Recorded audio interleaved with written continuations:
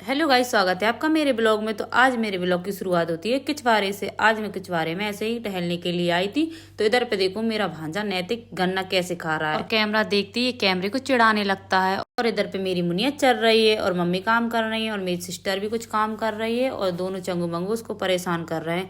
और मैं अपने आप को थोड़ा निहार लेती हूँ क्योंकि मेरी शक्ल बहुत ही ज्यादा गंदी हो रही थी। तो फिर मैंने मेरे थोड़े बाल सुधारे और किचवारे में बैठे बैठे जो हमने चारा पटाया था वो मेरी सिस्टर ले जाने लगती है। फिर मैं भी अपने काम से लग जाती हूँ। मुनिया बंदी हुई थी तो मैं उसे खोलने के लिए आ जाती हूँ और मैं उसे खोलती हूँ। जैसे ही देखो वो क्या करती है, इसे खोला ये और थोड़ा छोड़ा ये देखो कैसी भाग गई। ये देखो वो भागे, उसके पीछे नैतिक भी भाग गया।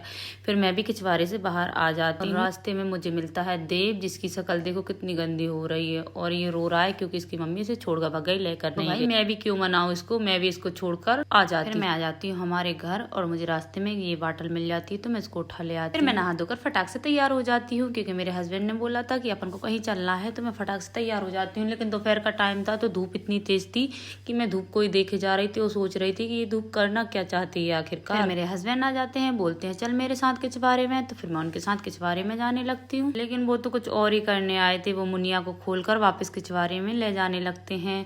मेरे हस्बैंड ये मुनिया को खोल रहे थे तो मैं भी उसकी दोस्त को खोल लेती हूँ और उसके पीछे पीछे ले जाने लगती हूँ क्योंकि एक दूसरे के बगैर नहीं रहती हैं। अगर एक को ले जाओ तो एक बहुत तेज तेज चिल्लाती है जिससे हमारे कानों में दर्द होने लगता है। फिर हम आ जाते हैं किचवारे में दोनों को लेकर। मेरे हस्बैंड जी मुनिया को चराने लगते हैं तो मैं भी इसे छोड़ देती हूँ क्योंकि अब कहीं भागेगी तो है नहीं, इधर पे ही चरेगी।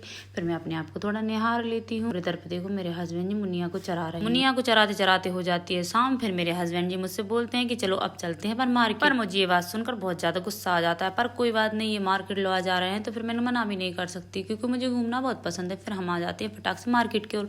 और आज मैंने घूंघट इसलिए किया क्योंकि आज दिन है तो हम लोग हमारे गाँव से निकल रहे थे तो मुझे घूंघट करके निकलना पड़ा। फिर जैसे ही गाँव निकलता है वैसे ही मेरा घूंघट हट जाता है। मैं आ जाती हूँ अपने असली रूप में। अरे भाई मेरा कोई असली रूप नहीं है, यही मेरा असली रूप है, मैं तो मजाक कर रही थी।